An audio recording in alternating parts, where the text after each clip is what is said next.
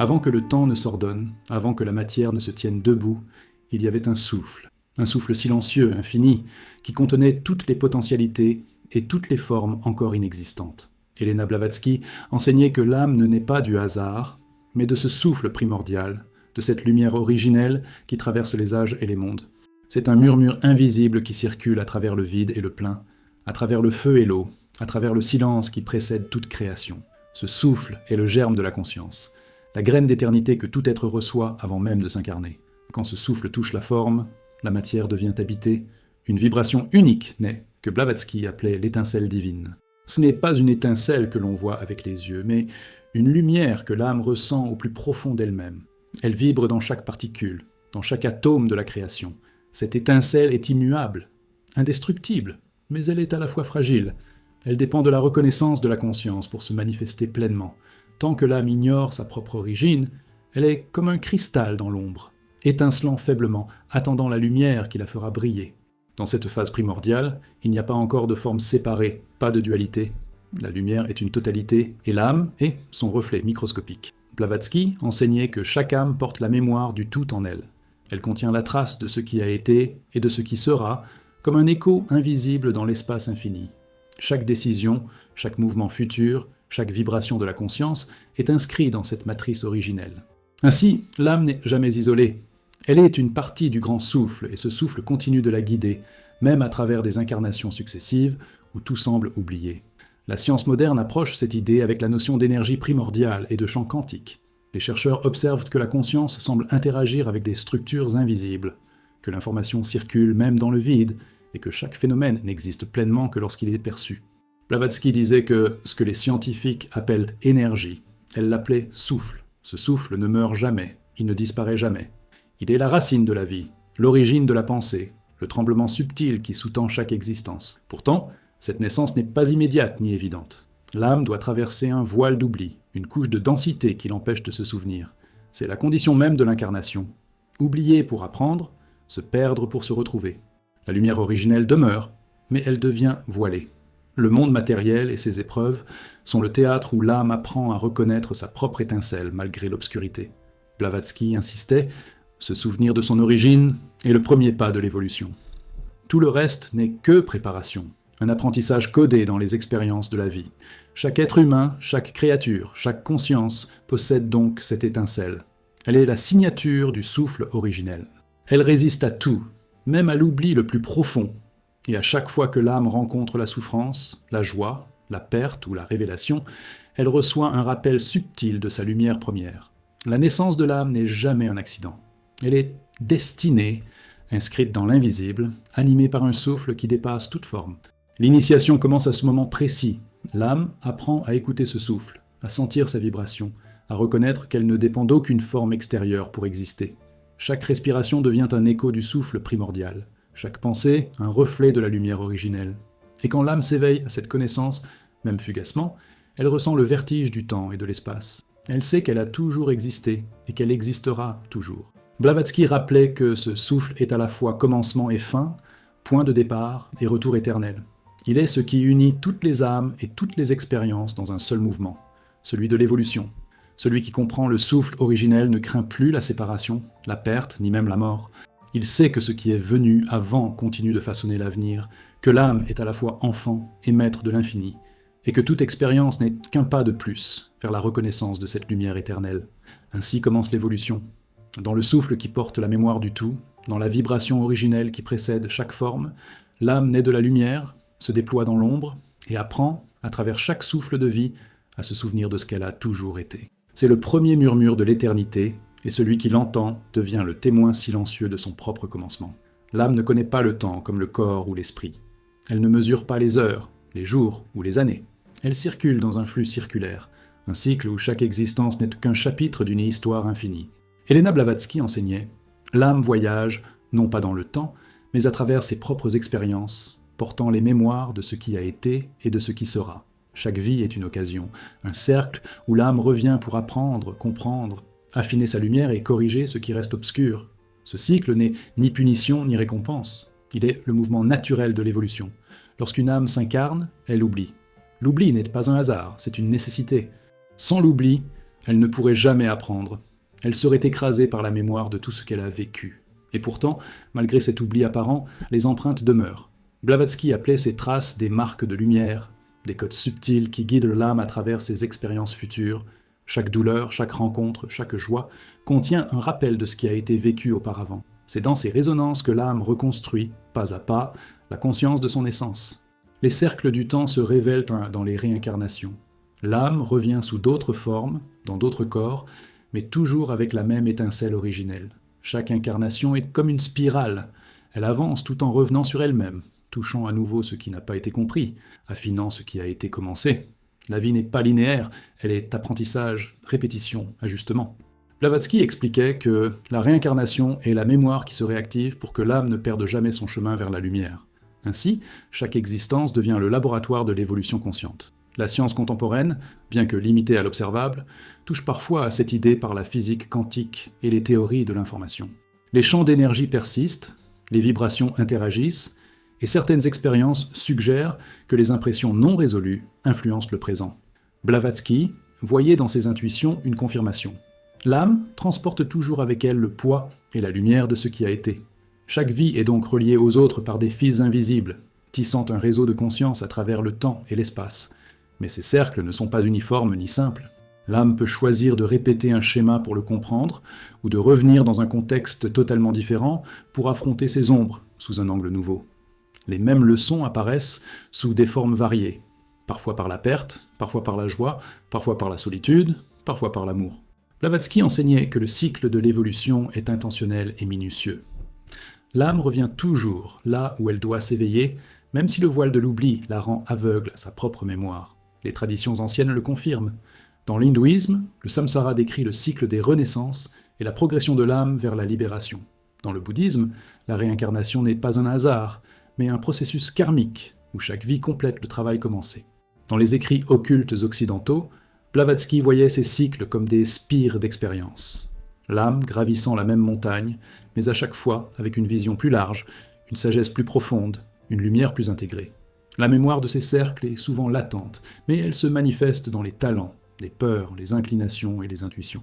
L'âme se souvient sans savoir qu'elle se souvient.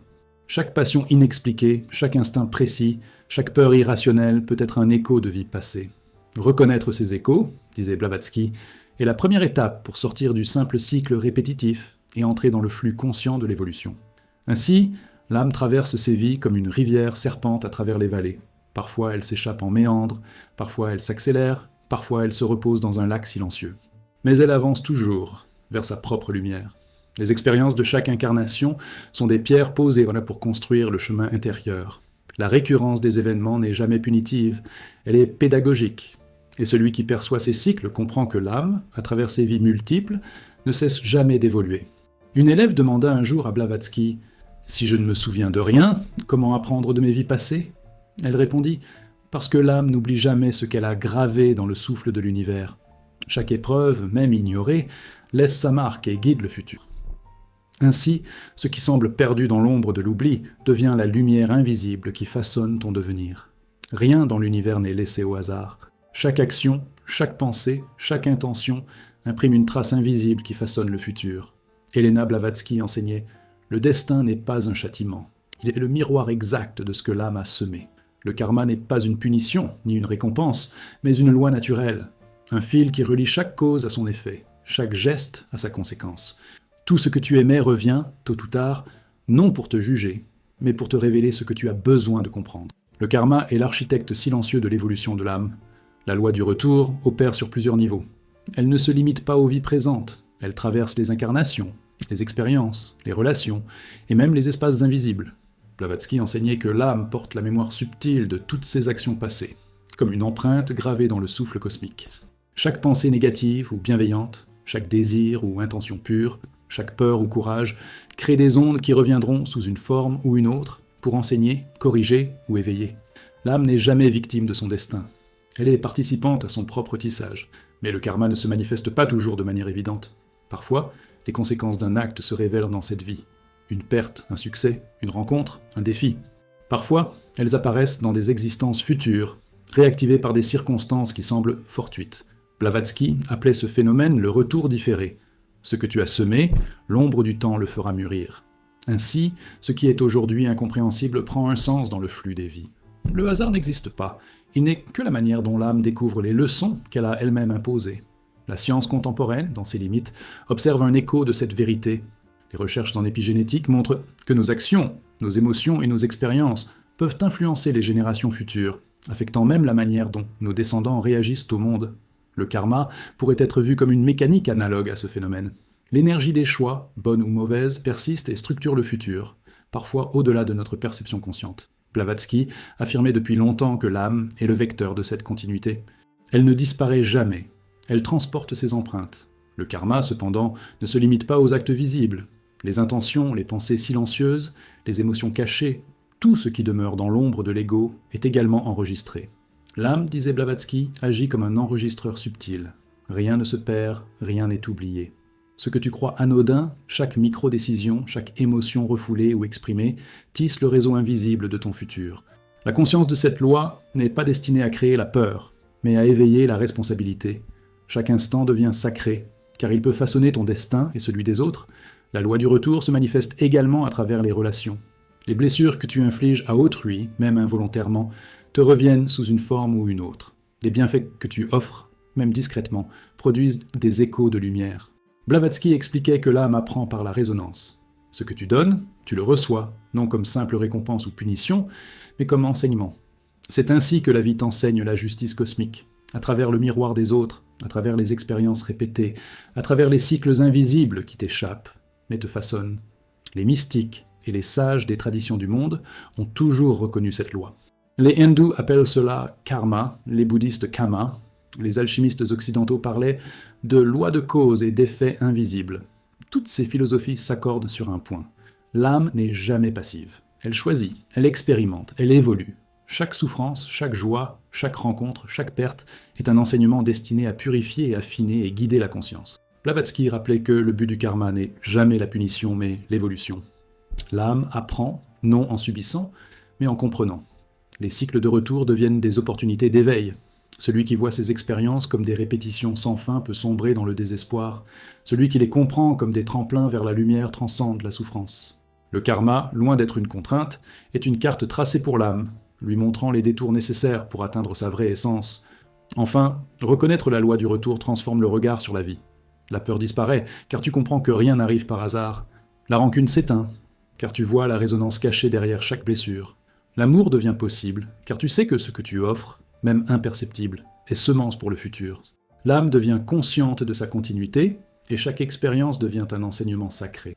Ainsi, le karma n'est plus une chaîne, mais un souffle qui guide, un architecte silencieux façonnant la lumière de ton évolution. Avant que l'âme puisse évoluer pleinement, elle doit descendre dans la matière. Elena Blavatsky enseignait « L'oubli est le voile qui permet à l'âme de s'éprouver elle-même. Ce n'est pas amnésie ni hasard, mais un passage nécessaire. L'âme oublie sa lumière originelle pour pouvoir expérimenter la densité, la séparation, le chaos apparent du monde matériel. Sans ce voile, il n'y aurait ni choix, ni apprentissage, ni véritable conscience. La chute dans la matière n'est pas une punition, c'est une initiation. L'oubli est cruel et doux à la fois. Il te fait croire que tu es séparé de tout, que tu n'as aucune connaissance innée, que tu es seul face aux forces de la vie. Tu ressens la peur, l'angoisse, l'incompréhension. Mais cette illusion est nécessaire. C'est la toile sur laquelle l'âme peint son expérience. Blavatsky insistait sur le fait que chaque épreuve matérielle est un miroir de la lumière oubliée. Ce que tu crois avoir perdu n'est jamais perdu, il attend simplement que tu le reconnaisses à travers le jeu de la densité et du temps. La matière, avec toutes ses limitations, agit comme un creuset. Les désirs, les souffrances, les peurs et les joies deviennent les outils de l'apprentissage. Chaque incarnation permet à l'âme de tester ses forces, d'affiner sa conscience, de transmuter les instincts bruts en sagesse. Ce processus n'est jamais linéaire.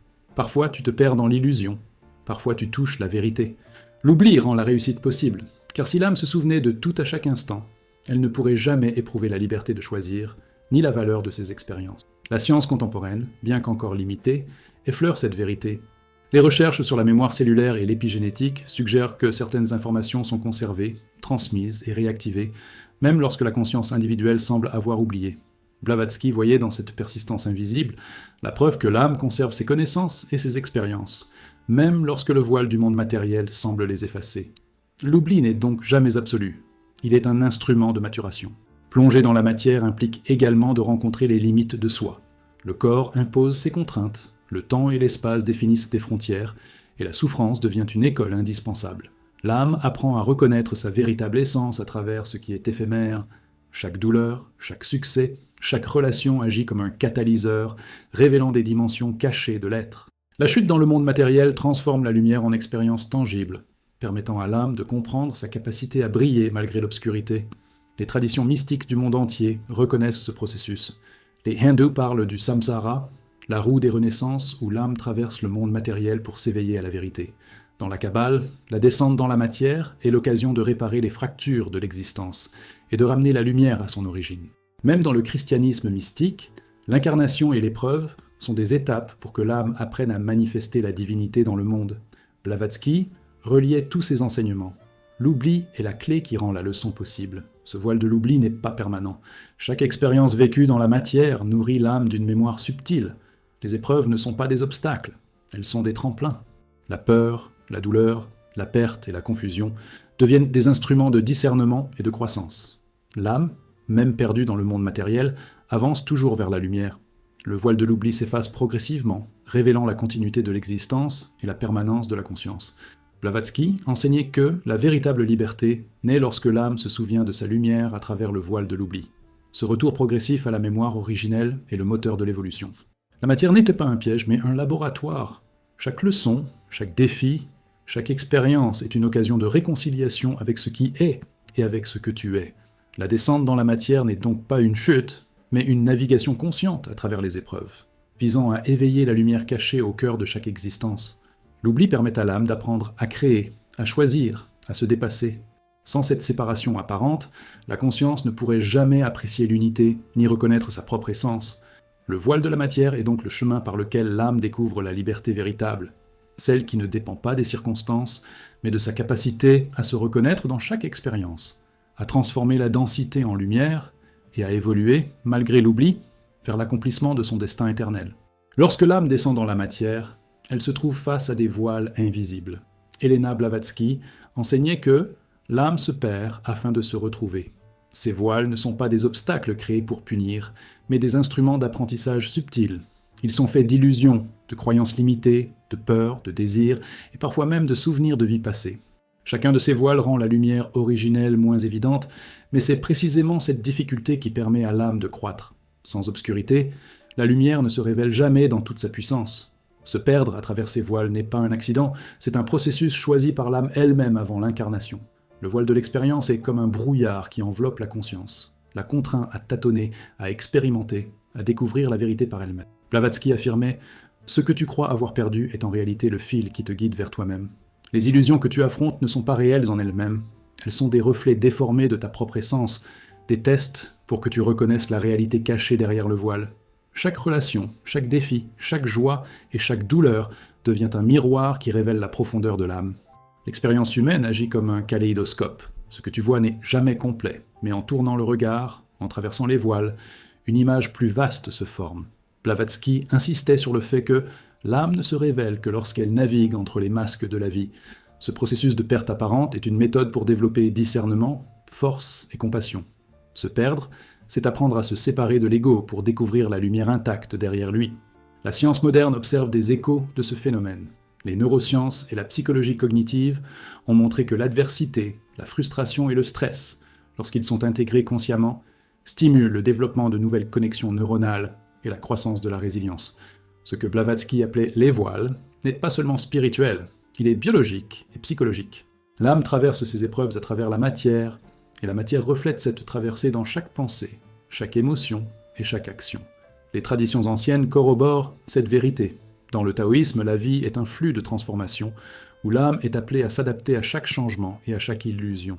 Dans la Kabbale, le voile est la sitra achra, la dimension de l'ombre qui masque la lumière, pour permettre à l'âme d'expérimenter le libre choix et la conscience. Dans le bouddhisme, Maya représente l'illusion du monde.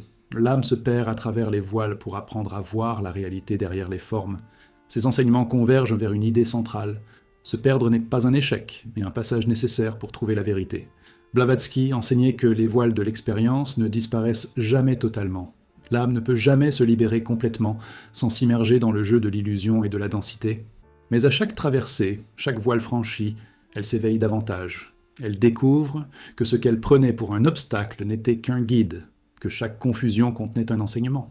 Les voiles sont des instruments de révélation, des filtres qui permettent à la conscience de se concentrer sur l'essentiel, de distinguer la lumière de l'ombre. Se perdre à travers ces voiles forge la sagesse et la maturité de l'âme. Les illusions, les épreuves, les répétitions et les obstacles deviennent autant de tremplins pour l'éveil. La souffrance et l'erreur ne sont plus vues comme des échecs, mais comme des chapitres essentiels de l'histoire intérieure de l'âme. Blavatsky insistait « Se perdre dans la matière est le prix de la véritable connaissance de soi. Ce n'est pas un détour, mais le chemin même de l'évolution. » Ainsi, chaque voile franchi rapproche l'âme de sa lumière originelle. Ce processus de perte et de découverte crée la profondeur, la patience, la compassion et la lucidité. L'âme comprend que le monde matériel n'est pas l'ennemi, mais le terrain où elle apprend à naviguer entre lumière et ombre, conscience et oubli. Chaque expérience, chaque voile, chaque perte apparente est un outil sacré pour révéler ce que l'âme a toujours été. À la fin de ce voyage à travers les voiles, l'âme ne se retrouve pas telle qu'elle était à la naissance, mais plus complète, plus consciente, plus libre. Elle sait que la perte était nécessaire, que la confusion était pédagogique, et que chaque voile n'était qu'un passage vers la lumière qui sommeillait en elle depuis l'origine. Elle comprend enfin le sens de l'évolution, non pas fuir le monde ou le temps, mais se connaître à travers eux. Il arrive un moment, dans le flux silencieux de l'existence, où l'âme cesse de se perdre dans le monde extérieur et commence à se souvenir d'elle-même. Elena Blavatsky enseignait « Le véritable éveil n'est pas de chercher la lumière, mais de se rappeler que l'on a toujours été lumière. Ce réveil n'est pas un événement spectaculaire ni un éclair soudain. Il est subtil, profond, comme le souffle qui traverse le silence après la tempête. C'est une reconnexion avec ce qui ne peut jamais mourir, une mémoire qui émerge des couches de l'oubli pour révéler la vérité fondamentale. L'âme n'a jamais été séparée. La conscience se réveille progressivement à travers des signes imperceptibles. Une intuition plus claire, une empathie accrue, une paix inattendue dans la tempête. Blavatsky disait que ces signes sont les murmures de la lumière originelle, appelant l'âme à se reconnaître. Chaque expérience passée, chaque voile traversé, chaque souffle vécu dans la matière devient alors une pièce du puzzle de l'éveil. La douleur et la joie, la perte et l'amour, tout converge vers cette réintégration silencieuse. L'âme se souvient, non pas intellectuellement, mais dans la profondeur de sa vibration. Ce réveil est à la fois personnel et universel. La science moderne, à travers les études sur la neuroplasticité et la conscience, observe que certains états de méditation profonde, de contemplation et de présence augmentent la cohérence entre les différentes régions du cerveau. L'âme, disait Blavatsky, suit la même logique. Lorsque la conscience s'aligne, les voiles se dissipent et la mémoire intérieure se réactive. Ce n'est pas un miracle, mais un retour à l'harmonie naturelle de l'être. L'éveil n'est jamais facile. Il exige de traverser le feu des illusions, de confronter la densité de la matière et de reconnaître ses propres ombres. Blavatsky enseignait que l'âme doit se défaire de ses attachements et de ses croyances limitées pour se retrouver. La conscience qui se réveille est une conscience capable de voir au-delà des formes, des noms et des identités. Elle se libère du besoin de contrôler, de posséder ou de résister. Elle respire dans l'espace infini de sa propre essence. Les traditions mystiques de tous les continents racontent des histoires semblables. Le Bouddha, après avoir traversé le doute et la souffrance, atteignit l'éveil sous l'arbre de la Bodhi. Les alchimistes parlèrent de la pierre philosophale comme du moment où l'esprit reconnaît son unité avec l'univers.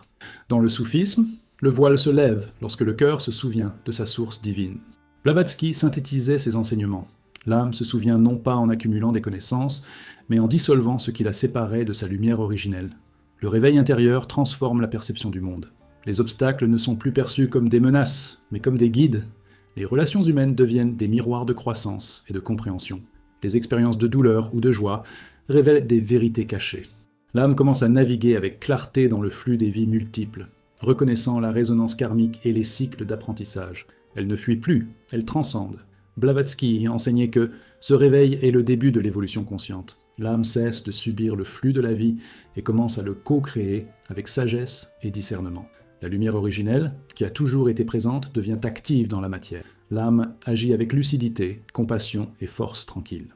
Elle n'est plus un simple témoin, mais un acteur conscient de sa destinée et de celle de l'univers. Une élève demanda « Comment savoir si je suis vraiment éveillé ?» Blavatsky répondit « Lorsque le monde n'est plus un obstacle, mais un miroir, lorsque la douleur est enseignement et que la lumière en toi n'a plus besoin d'être cherchée. » À ce moment précis, l'âme ne se contente plus de survivre. Elle vit pleinement, consciente de sa continuité à travers les vies, à travers les voiles, à travers le temps. Le réveil intérieur est donc la clé de l'évolution. C'est la reconnaissance de soi comme lumière éternelle traversant la matière et le temps. C'est le début de la transformation où l'âme, ayant traversé les voiles et le feu, commence à marcher avec la clarté de ce qu'elle a toujours été, pleinement consciente de son pouvoir, de sa lumière et de son rôle dans l'infini cosmos. Depuis toujours, l'âme n'évolue pas seule. Elena Blavatsky enseignait que des forces invisibles l'accompagnent, guidant ses pas à travers le labyrinthe des vies et des expériences. L'âme ne marche jamais sans témoin, disait-elle. Ces guides ne sont pas toujours visibles ni reconnaissables. Parfois, ils se manifestent par une intuition soudaine, un frisson inexplicable, une rencontre qui change le cours d'une vie. Ils travaillent dans les ombres, façonnant subtilement le chemin, comme un vent silencieux qui pousse un navire vers sa destination. Ces entités aux énergies supérieures ne sont ni des juges, ni des punitions. Elles agissent comme des mentors cosmiques. Leur rôle est de rappeler à l'âme sa lumière originelle lorsque l'oubli s'épaissit. Blavatsky insistait, l'âme est accompagnée, même dans les ténèbres, par des échos de sa propre divinité. Ces échos peuvent être perçus sous forme de signes, de synchronicité, de rêves, ou même de pressentiments.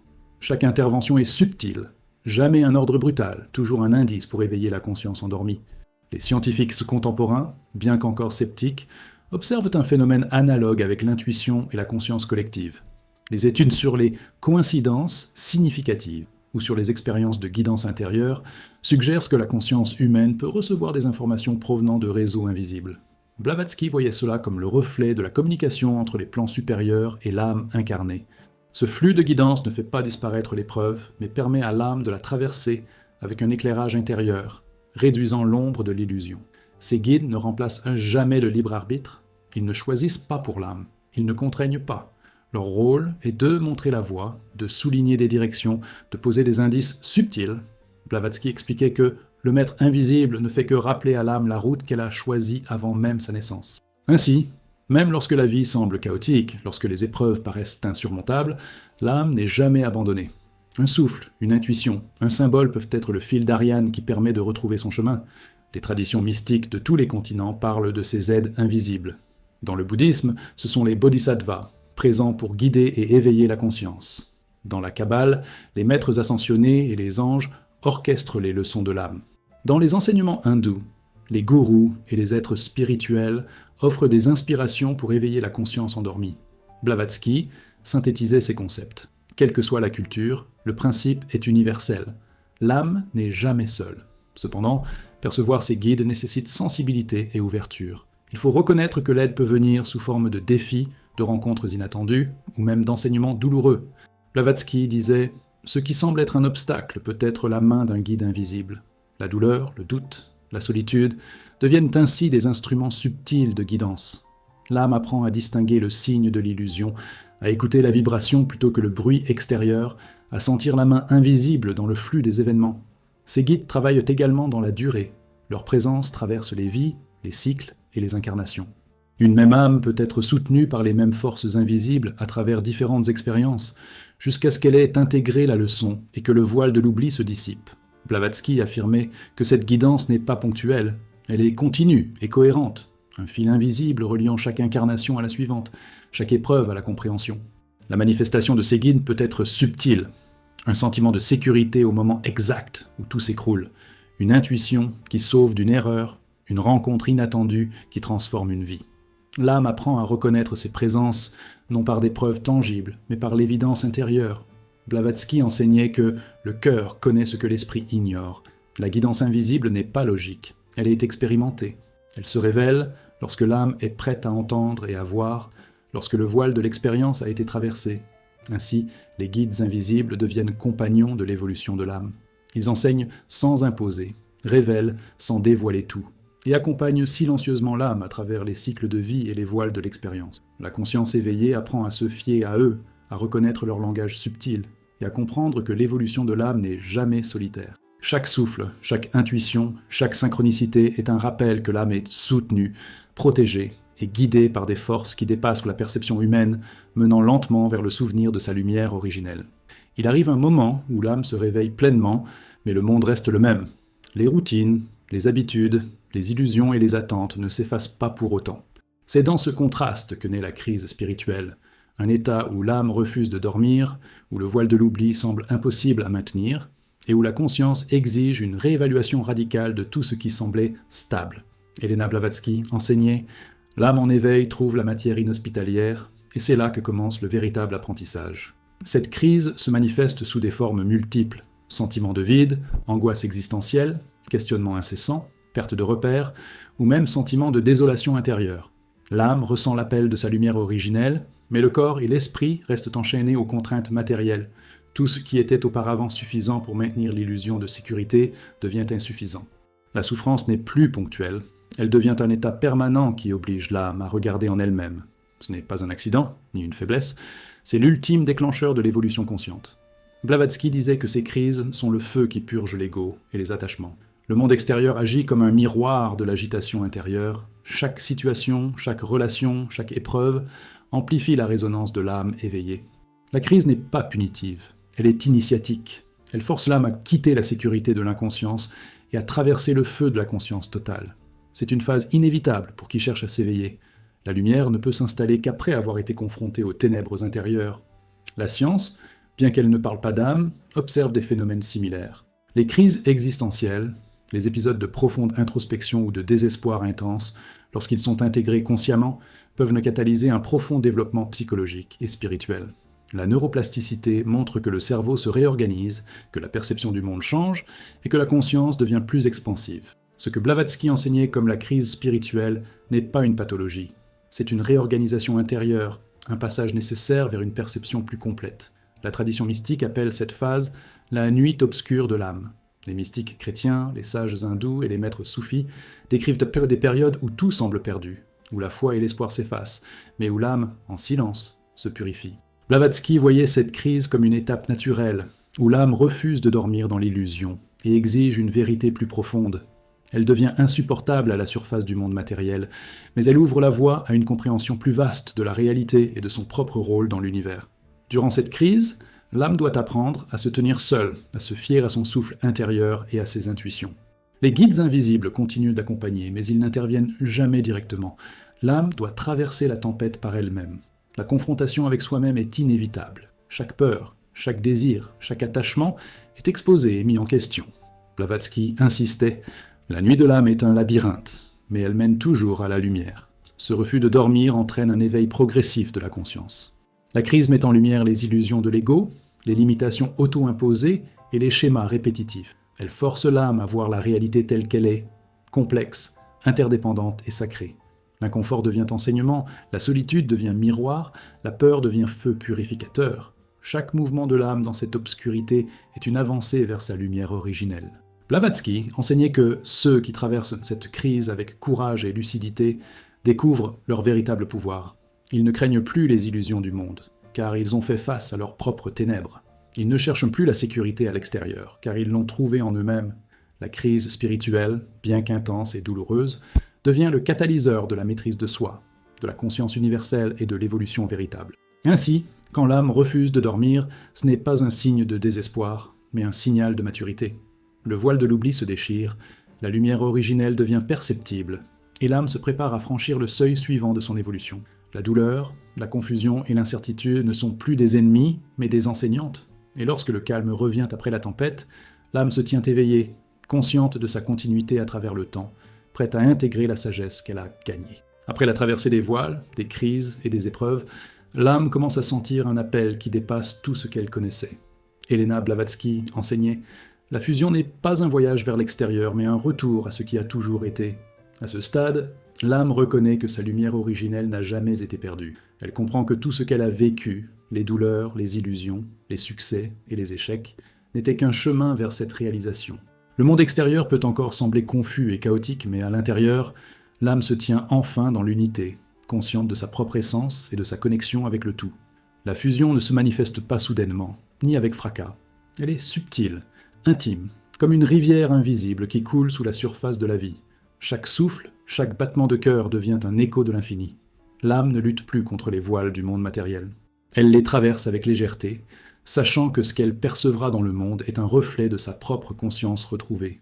Blavatsky disait que ce moment est l'instant où l'âme cesse de se chercher dans le miroir des autres et se reconnaît dans le miroir de l'éternité. La science contemporaine, bien qu'encore limitée, observe des phénomènes comparables dans les expériences de transcendance, les états méditatifs profonds et les moments de conscience élargis.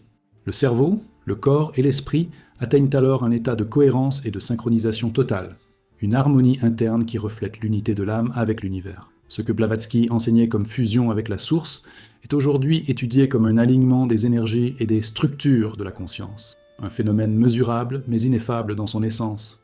La fusion transforme la perception. Les dualités s'effacent, douleur et plaisir, vie et mort, lumière et obscurité ne sont plus séparées. L'âme reconnaît que tout fait partie d'un même souffle originel. La peur disparaît, car elle comprend que rien ne peut l'éteindre. La lumière n'est pas un objectif à atteindre, mais une présence constante qui guide chaque pensée, chaque action, chaque respiration. Blavatsky insistait, l'âme fusionnée avec sa source voit au-delà des formes, et chaque forme devient le reflet de l'éternité. Cette fusion n'est pas un état permanent dans le temps linéaire, elle est une conscience qui s'expanse à travers les expériences, un centre immobile au cœur du mouvement. L'âme devient capable de percevoir la totalité des cycles de vie, des voiles de l'expérience et des réseaux karmiques. Elle ne subit plus les épreuves, elle les comprend, les accueille et les transcende. Ce qui était autrefois une souffrance devient alors une leçon, une vibration et une part intégrante de la lumière retrouvée. Les traditions mystiques du monde entier parlent de ce moment comme de l'ultime éveil. Dans le taoïsme, c'est la reconnaissance du Tao qui traverse toute chose. Dans le bouddhisme, c'est l'état de Bouddhé éveillé, où la conscience transcende le temps et l'espace. Dans la Kabbale, c'est la Devekut, l'union mystique avec le divin. Blavatsky voyait ces différentes traditions comme des expressions de la même vérité universelle. L'âme, lorsqu'elle fusionne avec sa source, se souvient de son infinité et de son unité avec tout ce qui est. La fusion apporte également une compassion inconditionnelle. L'âme reconnaît que chaque être traverse des cycles similaires et que chaque douleur, chaque joie, chaque illusion est un passage vers sa propre lumière. Elle n'impose rien, ne contrôle rien, mais influence par sa seule présence. L'énergie de l'âme fusionnée rayonne et devient un guide silencieux pour ceux qui sont encore en chemin, éveillant des étincelles de conscience et de lumière dans le monde matériel. Blavatsky enseignait que ce moment de fusion ne met pas fin au chemin de l'âme, mais inaugure un nouveau mode de présence. L'âme continue de traverser les vies, mais avec une perception élargie, une compréhension profonde et une clarté qui ne peut être altérée par le voile de la matière. Elle n'est plus victime du temps ou de l'oubli, mais actrice consciente de l'évolution universelle. Tout ce qui advient dans le monde est accueilli avec sagesse, car l'âme sait que chaque événement, chaque rencontre, chaque souffle participe à l'unité et à l'expansion de la conscience. Et dans ce silence lumineux, elle entend la vérité universelle. Je n'ai jamais été séparé. Tout ce qui est était toujours en moi, et je suis en tout. La fusion n'est pas une destination, elle est la révélation que l'âme a toujours été libre, entière et unie à sa source, et que chaque étape, chaque voile et chaque épreuve n'étaient que les signes avant-coureurs de ce souvenir retrouvé. Après la fusion, l'âme ne se limite plus à sa propre évolution. Elena Blavatsky enseignait que chaque âme est un écho éternel du divin, un fragment d'une symphonie infinie qui traverse le temps et l'espace. Dozens, l'âme n'est pas seulement ce qu'elle vit, elle est aussi ce qu'elle transmet, disait-elle. Chaque expérience, chaque épreuve, chaque éveil laisse une trace subtile dans le tissu de l'univers, un héritage cosmique qui influence les cycles futurs et éclaire la route d'autres âmes encore endormies dans le voile de la matière. Cet héritage ne se manifeste pas par des actions visibles ou par la gloire terrestre. Il est inscrit dans le flux de la conscience, dans les énergies qui circulent à travers le monde. Chaque décision alignée avec la lumière originelle, chaque acte de compassion, chaque élan de conscience affecte non seulement l'âme individuelle, mais participe à l'évolution collective. Blavatsky enseignait que l'âme est à la fois réceptrice et émettrice. Elle reçoit les influences des vies passées et elle envoie des vibrations qui façonnent l'avenir. Le concept d'héritage cosmique dépasse le temps linéaire. Les âmes se croisent à travers les âges, interagissant dans un réseau invisible, où chaque action, même la plus humble, devient un point d'influence. Les leçons intégrées par une âme ne disparaissent jamais, elles se propagent comme des ondes dans l'infini. Ainsi, ce que tu fais aujourd'hui, consciemment ou inconsciemment, contribue à la structure de la réalité à venir. La douleur surmontée, la lumière retrouvée et la conscience éveillée ne s'éteignent jamais. Elles deviennent partie intégrante de l'univers et de son évolution. Blavatsky soulignait que cette interconnexion est à la fois un privilège et une responsabilité. L'âme doit agir avec conscience, car chaque vibration émise résonne bien au-delà de la perception immédiate. La sagesse n'est pas seulement individuelle, elle est universelle. Chaque acte aligné avec la vérité et la lumière contribue à la mosaïque cosmique, et chaque échec ou résistance laisse une empreinte qui appelle à une réparation future. L'âme devient ainsi un agent actif dans le grand théâtre de l'évolution, non plus isolée, mais consciente de sa place dans le flux universel. Dans la tradition mystique, ce principe est connu sous différents noms. Dans le bouddhisme, il correspond à l'influence karmique et à la compassion interconnectée. Dans la Kabbale, il reflète le flux de lumière et la réparation des mondes à travers les âmes. Dans l'hindouisme, c'est le concept de dharma et de l'empreinte des actions sur le tissu cosmique. Blavatsky les synthétisait en affirmant que l'âme ne peut jamais agir seule, elle est toujours liée à l'ensemble, et chaque décision consciente contribue à l'évolution collective et au retour vers la source divine. L'héritage cosmique révèle également le rôle de l'âme dans le temps. Ce que l'âme a appris, compris et intégré influence non seulement sa propre trajectoire future, mais aussi celle des générations et des âmes qui suivent. Chaque éveil personnel devient une lumière qui éclaire la route pour d'autres consciences. Ainsi, la souffrance surmontée, la lumière reconnue et l'unité atteinte ne sont jamais éphémères. Elles deviennent des phares dans l'obscurité pour ceux qui cheminent encore à travers les voiles de la matière. La fusion de l'âme avec sa source ne met pas fin à son voyage matériel, elle transforme chaque expérience en enseignement, chaque épreuve en guide, et chaque vibration en héritage. Blavatsky affirmait « L'âme qui a retrouvé sa lumière n'est plus seulement elle-même, elle devient la mémoire vivante du divin. » Ainsi, l'âme devient un écho éternel. Ce qu'elle a appris, ce qu'elle a surmonté et ce qu'elle rayonne continue d'exister bien après que les formes matérielles aient disparu. Les mystiques enseignaient que cet héritage cosmique est la véritable immortalité. L'âme transcende le temps et l'espace, non pas en s'évadant du monde, mais en laissant sa trace dans le tissu même de l'univers. Chaque pensée consciente, chaque acte d'amour, chaque éveil devient un point lumineux qui participe à l'évolution collective. Ce n'est pas seulement un legs individuel, mais une contribution à l'infini, un réseau vivant de lumière et de conscience. Ainsi, l'âme comprend enfin que tout ce qu'elle a vécu, tout ce qu'elle a souffert, tout ce qu'elle a intégré n'était pas seulement pour elle-même. Chaque pas sur le chemin de l'évolution a contribué à l'harmonie cosmique. Chaque voile franchi, chaque éclair de conscience, chaque lumière reconnue devient un écho éternel du divin, inscrivant l'âme dans l'infini. La mémoire de l'univers conserve la trace de son passage, et ce passage continue de guider, d'inspirer et de transformer les consciences à travers le temps. Et dans ce silence où tout se révèle, l'âme entend enfin l'écho ultime. Ce qui est venu avant n'est jamais perdu. Il façonne ce qui viendra, et tout ce que je suis devient partie de l'éternité. C'est ainsi que se conclut le voyage de l'âme selon Blavatsky. Un chemin de lumière, de souffrance, de réveil et d'héritage, où chaque expérience devient la mémoire vivante du divin, traversant le temps et l'espace, portant l'écho éternel de la lumière originelle.